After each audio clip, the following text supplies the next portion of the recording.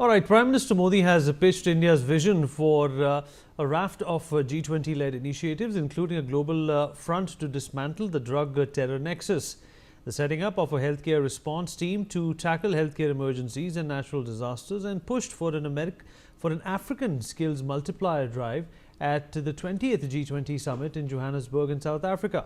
Speaking at the first session of the summit that focused on inclusive and sustainable growth, Prime Minister Modi has said that to overcome the challenge of drug trafficking, especially the spread of extremely dangerous substances like fentanyl, India proposes a G20 initiative on countering the drug nexus. He has pushed three key proposals, and the significant outcome of the PM's sideline meetings in Johannesburg is the launch of the Australia-Canada-India Technology Partnership. The initiative will deepen collaboration between democratic partners across three continents and three oceans in emerging technologies, support diversification of supply chains, clean energy, and mass adoption of AI as well. We'll continue to talk about this with our guests as to what do all these initiatives mean for G20 and, of course, the participants at large. Joining us on the broadcast at this point in time is Ambassador Suresh Kumar Goel, former diplomat. Dr. Sharat Kohli, senior economist, also joins us on the show, and Major General Sudhakar Ji, senior geopolitical and strategic defense expert, with us on the program as well. Ambassador Goel, coming to you, sir, first. Well, to put it in Prozac terms, what is your reaction to the proposal that the Prime Minister has given? It's a simple outlay, a big problem that definitely needs collaboration, and G20 is coming out to be a forum, so an initiative where India has time and again taken a lead, especially when it comes to inclusive growth of Global South. You're quite right, Vinny. If we look at basically all the statements made by the Prime Minister, the drug-related terrorism, etc., and then financing of the climate, and all those things. One thought which comes to my mind immediately really is that all great objectives, theme of the conference being connectivity, sustainability, etc., all great objectives. The point really is, and I hope that I'm not being really the fly in the ointment, but the problem is that we have been watching these G20 conferences over the last several years. Communiques are made, there are statements, there are decisions taken in respect of both terrorism, in respect of human disaster relief, etc. All these require huge outlay of funds. G20 in the initial years immediately after the financial crisis was basically meant to stabilize economic structure architecture, including both in the developing and the developed world. And the focus really was on economic support systems and the trade. Slowly, it has diverged into problems facing the developing countries, all very good. Unfortunately, all these objectives have not been matched by the required outlay of funds. Developing countries come forward, they make announcements, they make commitments, but the developed world, who continue to have their own priorities, and even though they come to G20, because this is actually where both sides of the globe come together and the important economies come together. But I have not seen over the last several years any great outlay of funds from the developed countries. So all I would say really here is great ideas, and I think they are doable if the developed countries, particularly the USA, do come up with some kind of funding for these great ideas. But the way USA is behaving, and the fact that the USA, in fact, has completely stayed away from the summit, even ruling out the possibility of an outcome statement, I doubt very much if these are actually doable. That's all I would say for the time being. And you're quite right, sir. General Sudhakarji, in fact, the Prime Minister also focused on the issue of drugs being transported from here to there. In fact, it's just not about fentanyl. It's not just about the kind or type of drug. It's also about the funding that backs up, or rather produces the outcomes through these drugs, and that is, of course, and always used in terror finance as well. We've seen what the Americans have been doing with Venezuela when it comes to putting their ships away and shooting some of the people who are suspected of peddling these drugs. How does the Prime Minister's initiative and suggestions work out in the larger scheme of things when it comes to negating and mitigating terror? Vinit, good evening. Thank you for getting me for your show, and compliments to very distinguished and esteemed co-panelists. Very interesting question. My take on the whole issue is that, yes, what Ambassador Goel has said is absolutely 100% correct. There are too many commitments being made, but nothing is happening on ground. But I look at it from a perspective of the polarized world, in the backdrop of the polarized world. Given the fact that almost about 3/4 of the global growth, 3/4 I'm saying, 3/4 of the global growth is and will be driven by the developing countries. And therefore, it is imperative on the part of the global north to take the global south along, which is not happening, which Ambassador Goel willy-nilly brought out the issue. So there is a thing called a desirable, there is a thing called as an imperative, and there is a thing called as not being, not committed or complying with the commitment made. In this backdrop, the point which you have raised is something which is actually affecting or impacting the stability of Indian subcontinent. No matter how global the platform may be, we have to drive an objective which is directly impacting India. India, once upon a time, used to be a transit point as far as the drugs were concerned. Mindful of the fact that there are Golden Crescent to the north and Golden Triangle to the south, and Golden Crescent had the high-grade quality of drugs. They had 3 different avenues, one through the Balkan, one through the Central Asia, and one through the South Asia. The UN department, whichever is dealing, I think UNDOP or something like that, they claim that they have been, to large an extent, able to block these 2 avenues, one through the Balkan route and one through the Central Asian Republic. However, the South Asian route somehow, instead of becoming a transit point, has become a consumer base. Earlier, there used to be zero consumption about 15-20 years back. Today, Vinit, if I disclose the statistics, it is almost touching 20%. At places you find 14 to 17%, 20% is the consumption. That is one part. Second part is that the drugs are being used in the nexus of earning money.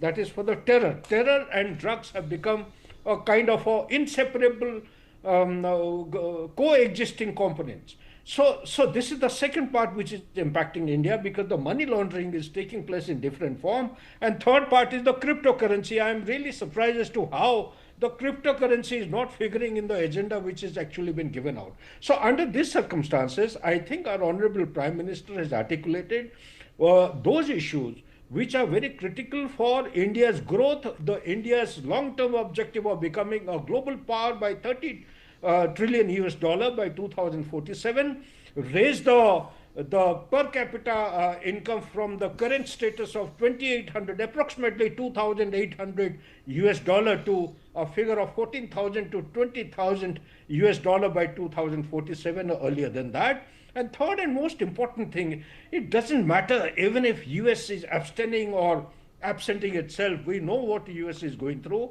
US, despite being a superpower, it hardly is behaving like a superpower. It doesn't have its own orientation, is not right within the homeland security. It doesn't know. Look at the U-turn that Donald Trump has made in just about 24 hours after 9 months of governance. After having come back to his power, there are 3-4 important, including the Epstein file. Many more are coming. Supreme Court is yet to give the verdict on the tariff. That also is coming through very soon, and he is going to get a kick and jolt. So therefore, the superpower, to be a superpower, has to take stock. It is unfortunately not been able to take stock. $37 trillion of debt in US today is no mean amount. It means that approximately close to $1 trillion is required just simply for interest servicing every year. And the revenue generation is $4 trillion in an annum. And the requirement to so to meet the basic routine administrative governance of the country is around 6 trillion. There is a deficit of 2 trillion there. 2 trillion plus 1 trillion, 3 trillion is a big amount. America doesn't know where to go, how much of dollars are they going to print. So under these circumstances, we need to see, I am very, very skeptical and very, very apprehensive that I only hope that we are not heading towards another Lehman Brothers crisis of 2008, or what actually the genesis of this G20 conceptually was the East Asia crisis, economic crisis of 97, 98. I only hope we are not heading towards that. If that is happening, then India has to be on guard, protect itself, and yet keep on articulating the issue. Something is better than nothing in this polarized war with the backdrop of Russia-Ukraine war. I don't think it is going to come to an end so soon. With the backdrop of the war between the Hamas and the Israel, which is ongoing, and we know what kind of environment we are living in South Asia. So under these circumstances, our Honorable Prime Minister has done a great job by projecting those points which are globally important, taking the South, global South and North together, and pushing forward the agenda which will ultimately benefit India in the global order. All right, fair enough, valid points there. Dr. Kohli, how do you look at the absence of the Americans in this forum? Is it a loss to the Americans, or do you think that this kind of positioning, as compared to what we saw when Joe Biden was in New Delhi a couple of years ago, is a far cry from what the world order used to be, and how quickly Donald Trump has transformed it? Good evening, Vineet. To you, my fellow panelists and Newsx viewers. I think this behavior of US to abstain from G20 is definitely not acceptable as far as the world order is concerned. It may be having its own reasons, whether it is differences with South Africa, or there may be differences with the agenda being presented on G20, whatever be the reason. Because the importance of G20 today, I feel, is more than the importance of United Nations. United Nations, we all know, is not as effective as it was in 1945 when it was set up. Well, 85% of the world's GDP comprises of comes out of G20. 75% of the trade that happens around the world comes out of G20. 2/3 of the world population comes out of G20. So G20 today is a platform which I feel is very, very paramount, is very, very strong and effective too, because it has been addressing problems around the world for emerging economies, for the developed economies. This comprises of both the kinds of economy. It has emerging as well as developed economies. So with the world's biggest economy not participating, I think is probably undermining the importance of G20 as a platform. And US is repeatedly trying to isolate itself, whether by way of its policies, tariff policies, MAGA or whatever under the garb of MAGA, but then it is trying to isolate itself. So for a platform as big as G20, which comprises of not just emerging economies, it comprises of a lot of developed economies. So what is US trying to project? It is probably trying to project that we are above the developed economy also. We want to do what we want to do, and anybody has to listen to us. We don't have to talk or agree to declarations made in G20. When you're part of the world, you have to be integrating to the decisions being taken by the biggest economies around the world. And the new world order, when India is looking to protect the global South, I think US should be actively participating in that, because US may be launching an attack on Venezuela, on Colombia, by bombing their drug ships or whatever, or maybe having differences with Africa, as I said. But that doesn't mean that you can ignore global South, which India has been talking so much about. So I think it was a very good opportunity for US to have come to terms after what it has done after April, when the reciprocal tariffs came into effect. I think with so many of internal problems with US is struggling with, it would have been wise to be at least participating. You may not have been part of a declaration.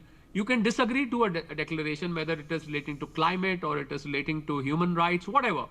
But not to participate and boycott the whole platform, sends a wrong message across the world. It sends a message that you're trying to isolate, you're trying to project yourself above every other economy, above every other country. I think that I mean, diplomatically, I'm sure Ambassador Goyal is here. I really don't think that is the right way to probably project your intentions and what your thought process is. But as far as India is concerned, India remains committed.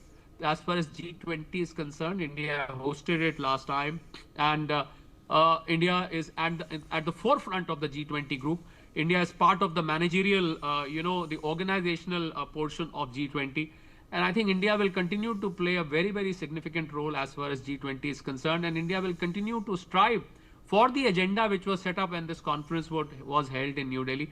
I thought this is US's loss. This is not the loss of G20 participating nations, Vineet. Right. Valid points there, Ambassador Goyal. You know, in diplomacy, as I'm sure you would also endorse, nothing should be boycotted. You know, the Americans could have participated, they could have observed and reported back to the White House. But this ostracization, this relegation, or, you know, for the lack of a better word, a complete boycott, seems to be leaving a bad taste in everybody's mouth. What do you make of it, sir? Vineet, you are absolutely right, and I completely agree with my co-panelist that it has left a very bad taste in the mouth of practically not just the global south, but even the developed world, including the UK, France, Germany, etc., because basically it has gone against the grain of the cooperative attitude through which so far, and mark you, the word is so far, the international community, the globe seemed to have worked. That was the whole genesis of G20, to bring together the developing and the developed countries, because the world realized that you could not sustain economic growth or economic stability, even more importantly, just on the basis of what the developed countries wanted. Okay, so I agree completely. But diplomacy is based on the reality on ground, not just idealism. We would love to have the global peace, but we have been trying for the global peace over the last more than a century. And all that we have had is two world wars and many other wars in between. 1991, when the Cold War ended, the expectation was that we will finally see the dawn of the global peace. And what did we have? More fractional wars, more fragmentation of the world, Somalia, Yugoslavia, blah, blah, blah, and everything. Okay, so we come to the reality. The point is, in terms of the real developments, the world, particularly during the term of Trump, the world seems to be moving away from the global tendencies to bilateral functioning. Trump is able to use USS's power, both economic, trade, and military power for its own gains, and internally, Trump can use that power for his own gains. Now, even by the time Trump, the global south is able to reverse it, the process, and that can only happen after the elections in the USA for 3 years hence. Such a lot of harm would have been done to the world that it would take many, many more decades for even to go back to where it was when Trump was elected the president. So the point really here is, what can the world do to really make sure that the world is not held hostage to whims of one all-powerful head of the nation, in this case, the USA. And therefore, what I'm advocating here is that what we have been always saying, and has become even more necessary, that we need to review the world order. Otherwise, what we will have is that either the USA is on the top of the ladder and controlling all the leverages, or it will be replaced by China, again controlling all the leverages, or by somebody else, and India waiting for its turn to come in the position. Rather than having a competitive economy, which has actually harmed the nations, we need to work on the basis that even if global south is a market, the developed countries cannot sustain their economy without that market. So they need to coexist. And nobody seems to realize that. And in absence of that realization and spirit of working together, I'm afraid G20 has again come to be basically a plurilateral platform where pious decisions are made and they remain unimplemented on the ground. Therefore, maybe I'm getting sentimental, but the fact is, in reality, nothing is happening, and we are being held hostage by certain national, not even national, personal interests. Vineet. Absolutely right. General Sudhakarji, what can the world do at this point in time? Well, the central focus of world economies for the longest time is, been spent on how to get along with the Americans. But if America does not want to get along with the rest of the world, what can one do? Vidit, excellent question. You have put your finger on the right issue as per my understanding and analysis. I must compliment Ambassador for also alluding to a very important issue, which was there in my mind. I just missed it out. You see, multilateralism in any environment, particularly in 21st century, I think it has come to stay as a lasting imperative. So when you talk about multilateralism, you see that USA as a superpower is going away from multilateralism to bilateralism. Now, under the circumstances, regardless of what US does, you can't ignore US actually. Or 30 trillion nominal terms of GDP is no small an amount, and also you need to keep in mind that what has happened in past 3 to 4 days in USA is a clear orientation. It is giving a clear-cut indication that MAGA is no longer going to drive. Trump is not going to have MAGA as an objective. MAGA is going to drive Trump now. You see, they look at the complete thing has taken a U-turn in past preceding 24 to 36 hours. So these are very deep meaning milestones which are happening in US. So under these circumstances, I personally feel that you cannot change the United Nations Security Council. India cannot have a membership, permanent membership P5, no matter how hard you try. The existing architecture and the kind of politics which is involved in this, that it is India for next 50 years, just forget about it.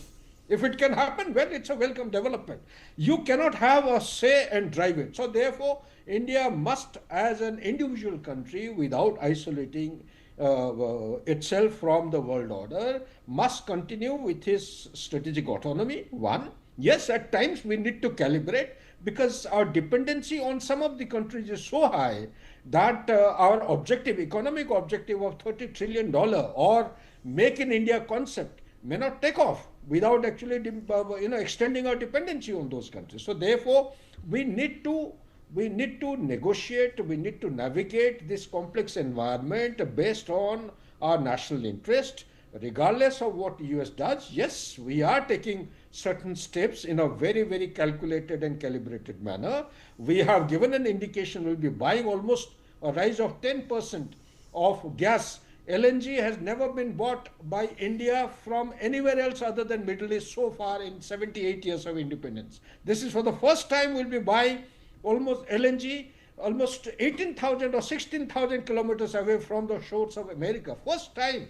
Look at the cost factor. Same is the case with the weaponry that we are buying. So therefore, diversification is on. It is not the issue of appeasing anybody. It is the issue of meeting our national interest. That has to be actually the foremost driving factor to take a call and continue to maintain strategic autonomy without coming under pressure from anybody. Thank you. Fair enough. So valid point. We have run out of time. Appreciate everybody joining us.